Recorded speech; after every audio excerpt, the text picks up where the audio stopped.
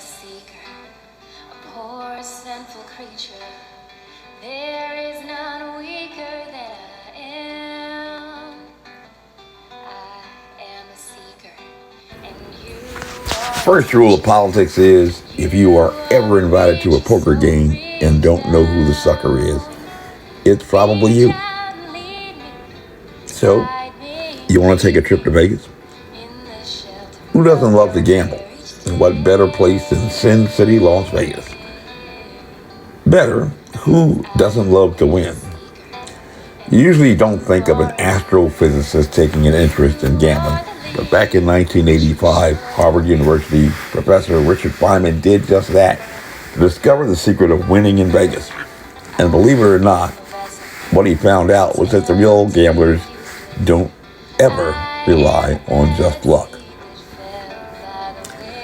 Actually, they rely on gullible people to reduce the odds of losing for them and to increase their chances of winning.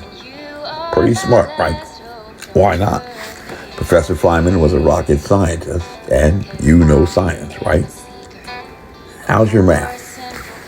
The most comprehensive case study on SARS-CoV-2, the novel coronavirus that was probably the first human coronavirus you ever knew about, was completed on a joint mission between the Chinese and the World Health Organization back in February.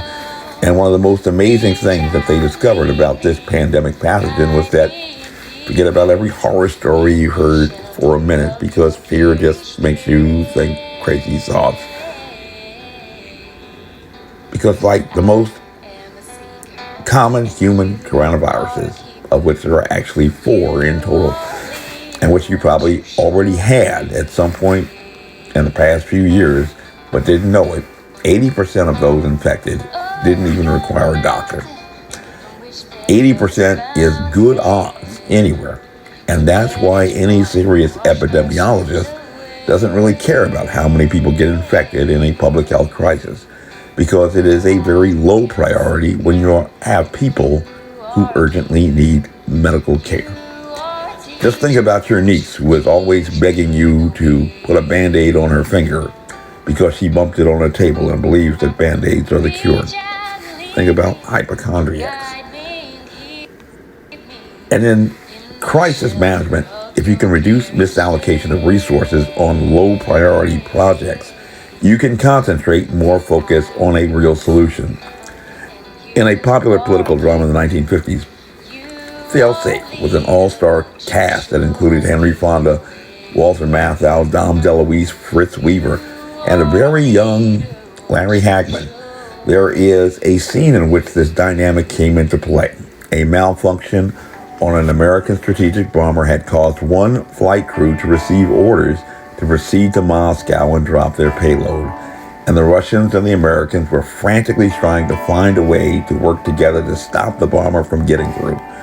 But one of the defensive capabilities that the bomber had was the ability to project decoys on the radar to make it appear that there were more bombers going to the target. And at a critical point, the Russians, seeing what appeared to be a mass invasion, refused to trust the Americans on how to identify the real bomber and avoid the decoys. And I guess it wouldn't be a summer blockbuster movie if bombs didn't drop in the big finale. But hopefully you don't live your life in a movie. Believe it or not, that is how soldiers in an ambush avoid being pinned down and are able to avoid one of the most popular and most lethal infections on the battlefield. Situational awareness enables seasoned soldiers to focus on returning fire on their enemy to get them to seek protection too. And that small, simple step provides them the flexibility to organize, maneuver, while under fire, to deploy a small team to sneak around, flank, and defeat the enemy who surprised them in the ambush. A game changer, but untrained and undisciplined soldiers focus on fear and protecting themselves, often hiding themselves behind objects that provide no real protection. And as a result, an ambush is the most deadly thing on a battlefield for new troops. On the day that Ralph Northam closed down the beaches, there were only about 1,000 infections in Virginia. But just this past weekend, as he prepares to require everyone to wear masks that may provide as little as 5% protection against an infection. And for a biological agent that is not even an aerosol or airborne, just floating around in the air, the death count passed 1,000. If you adopt the wrong tactics against an enemy, chances are that it will probably kill you.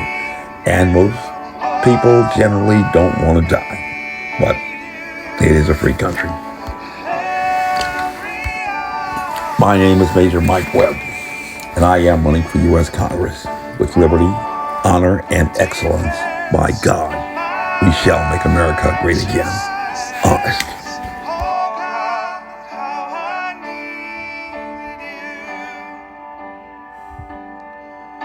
So teach my song to rise to you. When temptation comes my way,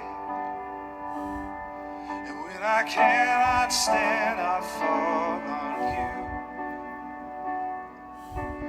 Jesus, you're my hope and stay.